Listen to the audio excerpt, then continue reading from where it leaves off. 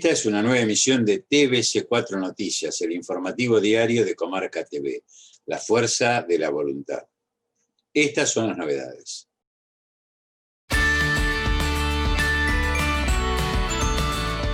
Gobierno mexicano reporta 77.000 desaparecidos en 14 años. Monitor del COVID-19, cifras, medidas y actualizaciones sobre el coronavirus en Argentina y el mundo. Cafiero firma convenio con Bordet para llevar conectividad entre ríos. Alberto Fernández, hay que darles a las Fuerzas Armadas la jerarquía social que se merecen. Desbaratan una banda que vendía drogas al menudeo en un hotel de Valvanera. Informan un promedio de 12.551 casos diarios de coronavirus en los últimos 7 días. Néstor Kirchner fue el mejor presidente que tuvo la democracia, dijo Fernández.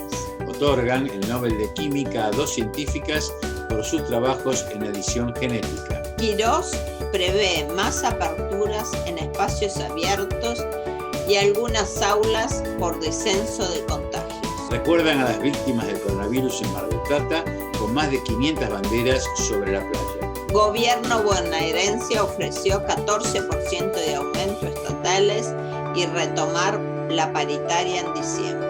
Sigue el combate por tierra y aire contra los focos de incendio en el sur de Tucumán. Argentina votó en la ONU a favor del informe de Bachelet sobre derechos humanos en Venezuela. 9 de octubre, Día del Guardaparque Nacional.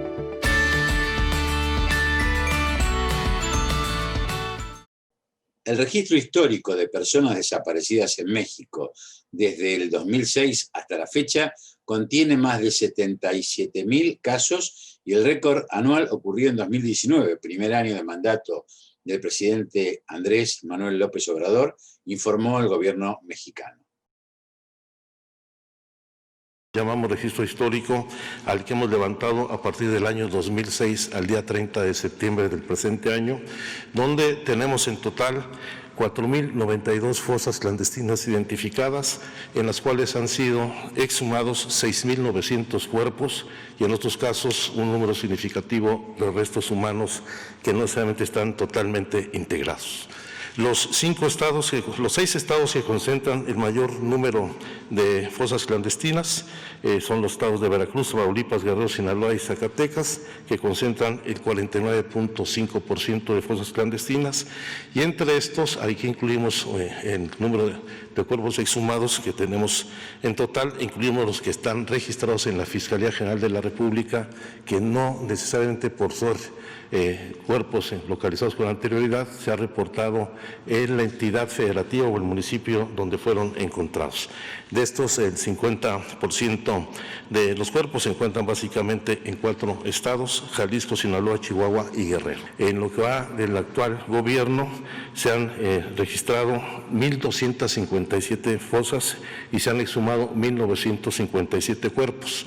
Es decir, en estos 2 últimos años hemos localizado el 30.7% de las fosas históricamente registradas y se han exhumado el 28.3% de los cuerpos que se han exhumado en su totalidad de 2006 a la fecha.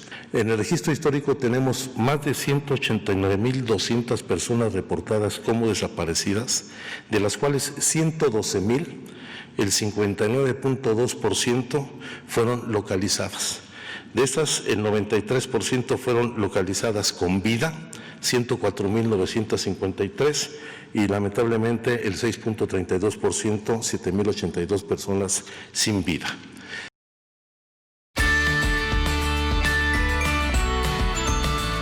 Damos lugar a los datos del monitor del COVID-19, cifras, medidas y actualizaciones sobre el coronavirus en Argentina y en el mundo. El jefe de Gabinete de Ministros de la Nación, Santiago Cafiero, el gobernador de Entre Ríos, Gustavo Bordet, participaron en el Salón Norte de la Casa Rosada de la firma de un convenio marco que incorpora a la provincia al Plan Nacional Conectar.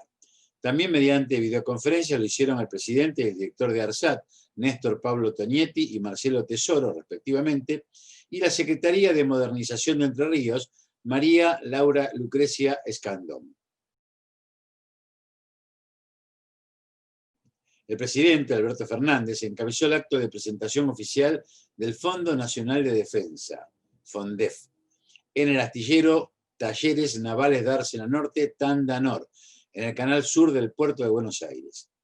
Allí aseguró que Argentina tiene una oportunidad única de pensar a las Fuerzas Armadas desde la defensa y no solo con fines bélicos, sino disuasivos y de atención a las necesidades internas que tiene el país, como fue durante la pandemia.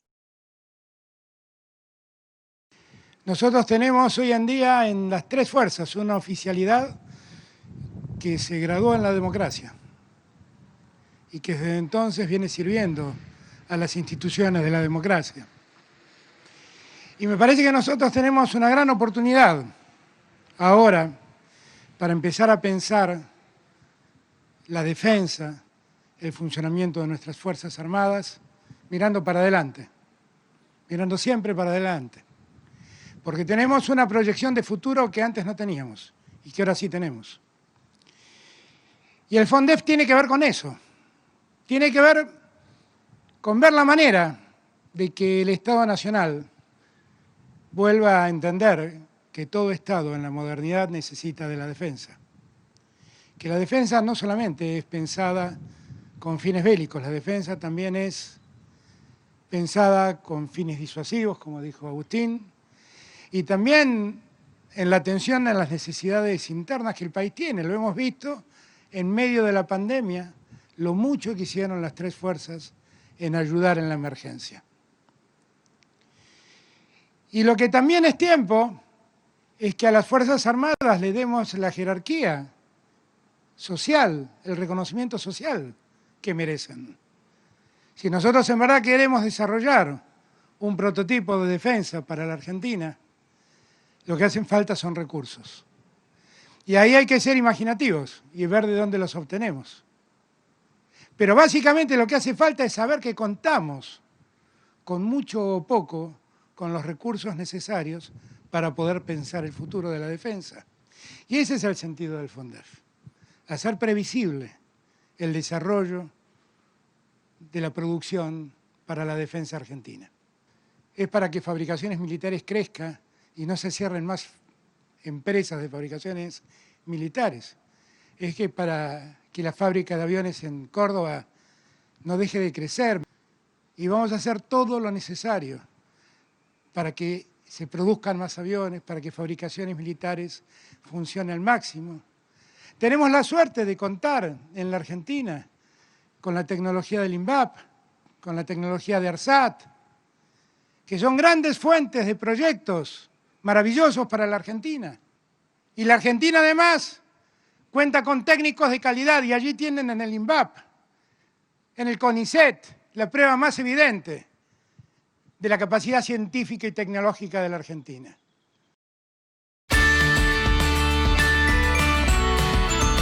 Cinco personas, 3 de ellas de nacionalidad dominicana, fueron detenidas acusadas de integrar una banda que vendía drogas al menudeo en un hotel del barrio porteño de Valvanera, informaron fuentes policiales.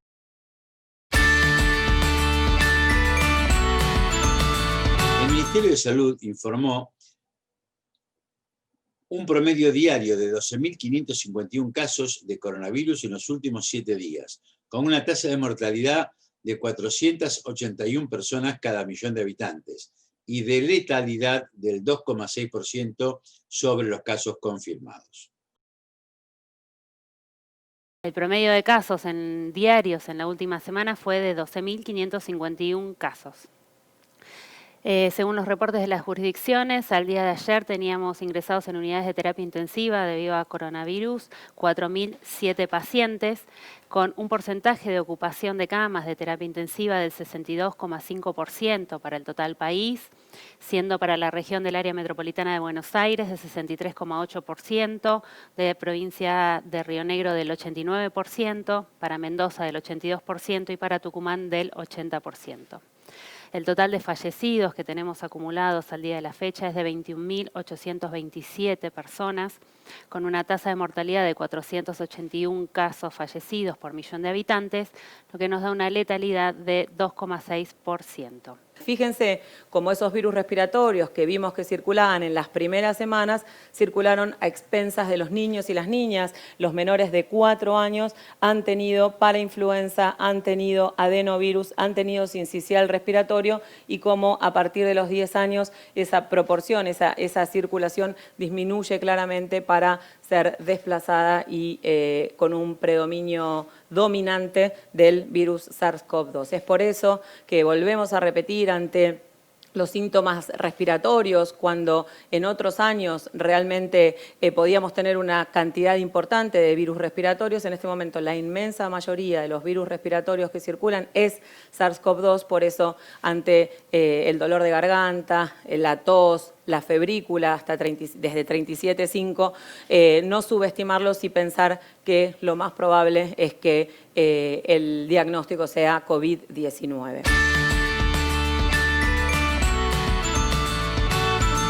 El presidente Alberto Fernández, en la presentación del libro Néstor, el hombre que cambió todo, sostuvo que Néstor Kirchner fue el mejor presidente que tuvo la democracia y destacó que fue un hombre inmenso, con un genio político como nunca había visto. Néstor fue, sin ninguna duda, el mejor presidente que la democracia tuvo. Y lo digo esto con respeto por todos. Néstor fue un hombre inmenso, inmenso, con un genio político como nunca vi en mi vida. Con una capacidad para entender y atender la necesidad del otro como pocas veces vi en mi vida política. Para Néstor siempre me repetía una frase que a mí también me quedaba como un tábano. Me decía, el problema no es nuestro mientras no los conozcamos. Si sabemos del problema, el problema es nuestro. Y así lo que nos decía es, si el otro tiene un problema, no te hagas el desentendido, ocupate de resolverlo y de ayudarlo. Y así yo viví lo que en el capítulo que el Topo gentilmente me invitó a escribir, llamo la más maravillosa aventura que alguien en política puede tener, que es la aventura de empezar en el desierto y llegar al poder y cambiar una Argentina. Y esa aventura que yo viví,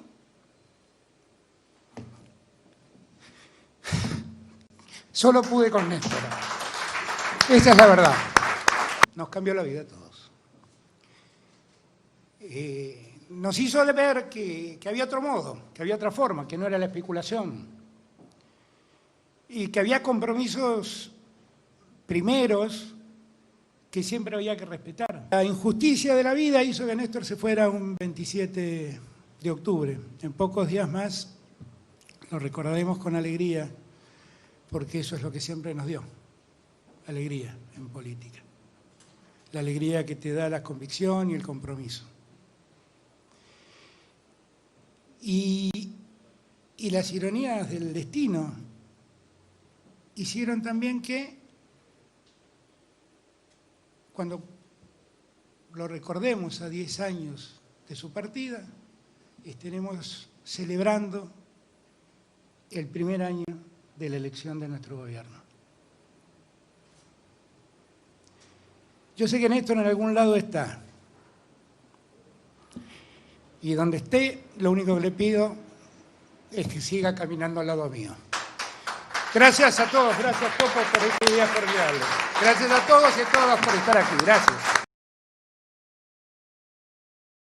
La genetista francesa Emmanuelle Charpentier y su colega estadounidense Jennifer Doudna fueron galardonadas con el Premio Nobel de Química por sus investigaciones sobre las tijeras moleculares, un descubrimiento revolucionario capaz de modificar los genes humanos. The ability to cut the DNA where you want has revolutionized the life sciences. We can now easily edit genomes as desired, something that before was hard or even impossible.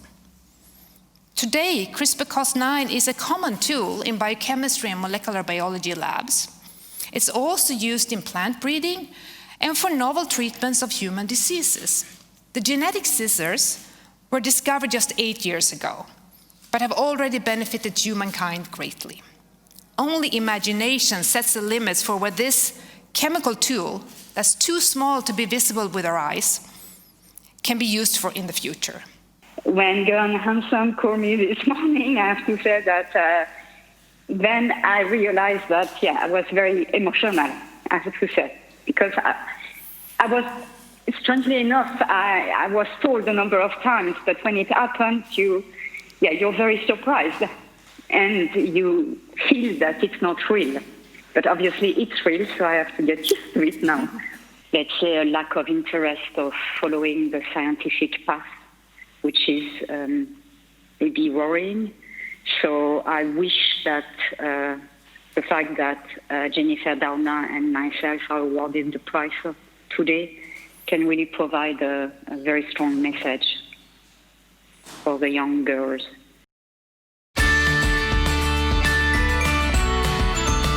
El ministro de Salud porteño, Fernán Quirós, se expresó a favor de avanzar con los protocolos para actividades en espacios abiertos, como la revinculación de algunos grupos de alumnos con las escuelas, al destacar que en el último mes el distrito registró una baja de contagios de coronavirus, aunque dijo que aún hay una importante circulación comunitaria. Hemos tenido un mes de descenso de casos, aún nos quedan un número de casos significativos con una circulación comunitaria moderada, y aún tenemos que seguir trabajando todos para seguir cuidándonos, sobre todo porque sabemos que todavía nos quedan muchos meses por delante y tenemos que aprender a convivir y hacer un puente entre la situación actual y al momento que tengamos una solución definitiva. Y en eso nosotros sabemos como gobierno que los porteños vamos a ser capaces de ponernos de acuerdo en cómo vamos a transitar este puente, este camino del medio entre la realidad actual y la aparición de una solución definitiva que nos permita ir desandando paulatinamente, prudentemente y progresivamente las medidas, siempre priorizando los espacios abiertos, luego los espacios cerrados de pequeñas personas con mucha ventilación y mucho volumen de aire, y luego el resto de los espacios. Cuanto más rápidamente logremos todos cumplir las medidas y todos aprender a comportarnos en este nuevo escenario, más rápidamente le vamos a poder dar respuesta a un conjunto de personas, empresarios, trabajadores que necesitan que le demos respuestas y que, por supuesto, estamos dispuestos a ir buscando la forma de dárselas lo más rápidamente posible. El jefe de gobierno se va a reunir con el gobernador seguramente y con el presidente, van a dialogar, van a decidir, de manera que eso va a ser una decisión de ellos. Lo que nosotros defendemos o proponemos en términos técnicos, y ya lo hemos demostrado en la ciudad que efectivamente funciona bien, es en una primera etapa llevar todas las actividades de los espacios cerrados a los espacios abiertos. En una segunda etapa, liberar alguna pequeña cantidad de actividades en los espacios cerrados que estén muy ventilados o tengan grandes volúmenes de aire, pero que la gente esté poco tiempo dentro. Y en una tercera etapa, ir liberando los espacios cerrados donde la gente esté un poco más de tiempo dentro. Ese es el derrotero técnico que corresponde. Esto es un tema que ya se sabe perfectamente bien en términos técnicos, que es el camino que hay que transitar. Por supuesto, no sin mucho dolor, sin mucho diálogo, sin mucho acuerdo, porque naturalmente esas decisiones técnicas involucran a mucha gente que está necesitada de poder transitar el camino lo más rápido posible. Nosotros vamos a acelerar todo lo que podamos acelerar sin poner en riesgo la salud pública de la ciudadanía porteña.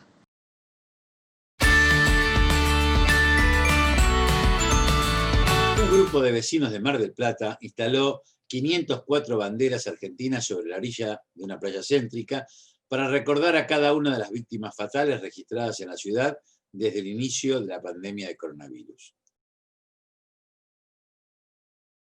El gobierno bonaerense ofreció a los trabajadores estatales enrolados en la ley 10.430 de Administración Pública un aumento salarial del 14% escalonado entre septiembre y noviembre, un incremento del 30% de las asignaciones familiares y retomar la paritaria en diciembre, con lo que se acercó a un acuerdo con los gremios. Esto ocurrió durante la reunión paritaria que encabezaron los ministros de Trabajo, Mara Ruiz Malek, y de Hacienda, Finanzas, Pablo López, del gobierno del gobernador Axel Kicillof. Bueno, en esta segunda instancia se ofreció un aumento escalonado del 14%, manteniendo la oferta del 10% sobre los básicos y las sumas adicionales a septiembre y adicionando un 2 más en octubre y un 2 en noviembre. Y manteniendo además los 4.000 pesos que se dieron a principio de año. Además, se incorporaron algunos aumentos en algunas bonificaciones de sectores que estaban rezagados con salarios más bajos y además realizando un esfuerzo importante en la pandemia, que era uno de los reclamos que habían elevado los gremios. Y bueno, por el momento entendemos que la propuesta ha sido bien recibida, estamos todavía esperando las notificaciones definitivas porque algunos de los gremios y federaciones deben llevarlas a sus asambleas, bases, etcétera, pero tenemos bastante confianza en que esta va a ser la propuesta final y aceptada y que vamos a poder, por suerte, ya comenzar en octubre a liquidar estos aumentos.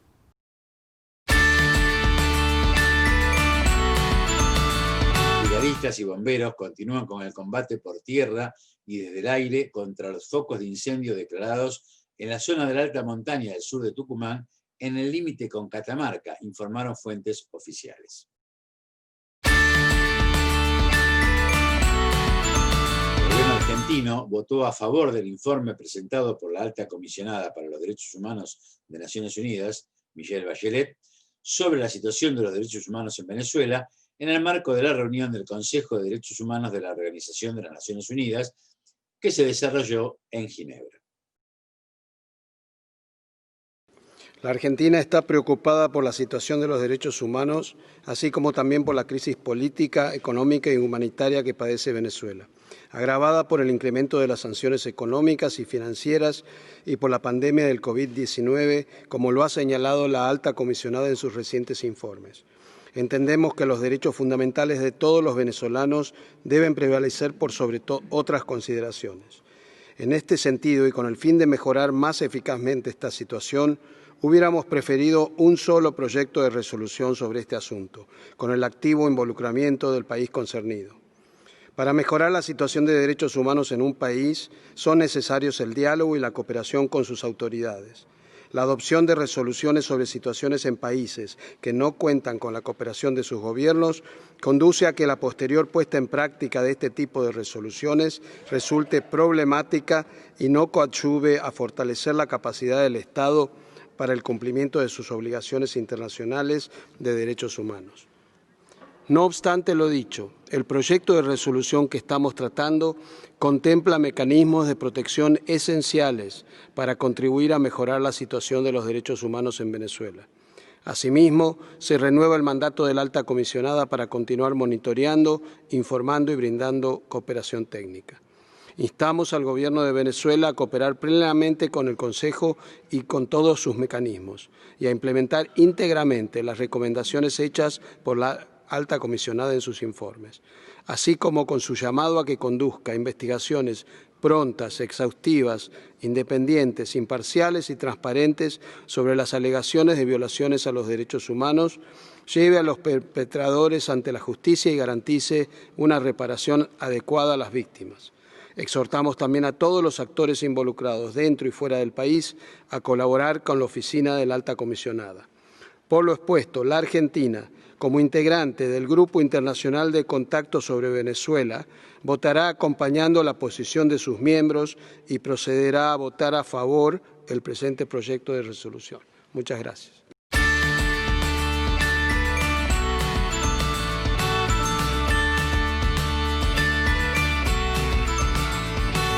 Este 9 de octubre se celebra el Día del Guardaparque Nacional en recuerdo de la creación de la Exdirección de Parques Nacionales, actual Administración de Parques Nacionales, y del día en que se concretaron las dos primeras áreas naturales protegidas de la República Argentina, que fue un 9 de octubre del año 1934. Los guardaparques se encargan de la conservación del patrimonio, tanto natural como cultural del Sistema Nacional de Áreas Protegidas de nuestro país, que va del norte a la Patagonia, pasando por las aguas e incluso por la Antártida Argentina. Hoy la pandemia que afecta al mundo pone en evidencia que entre todos tenemos que ocuparnos de sostener la vida, la propia y la ajena, respetando los consejos médicos para evitar que se expanda, que nos contagie. No lo neguemos, no se trata de una cuestión de libertad individual, de economía o partidaria. Es un tema de salud pública que exige nuestro compromiso, nuestra solidaridad, nuestra hermandad. El gobierno británico anunció restricciones más duras y por 6 meses para frenar el coronavirus. El Papa Francisco denunció el surgimiento de intereses partidistas durante la pandemia de coronavirus y criticó a quienes aprovechan la situación para fomentar divisiones. Como los más calificados infectólogos sostienen, es una enfermedad nueva y hasta ahora la única vacuna es evitar ir a buscarla, contagiándose y contagiando a los demás. La Organización Mundial de la Salud es la que advierte sobre las tasas alarmantes de transmisión del COVID-19 en Europa, recomendando a los países que no acorten los periodos de cuarentena. No te confundas, no te dejes engañar, no lo vayas a buscar, no lo lleves a tu vida, a tu casa, a tu edificio, a tus vecinos, a tus seres queridos. Cuídate, cuídame, cuidémonos.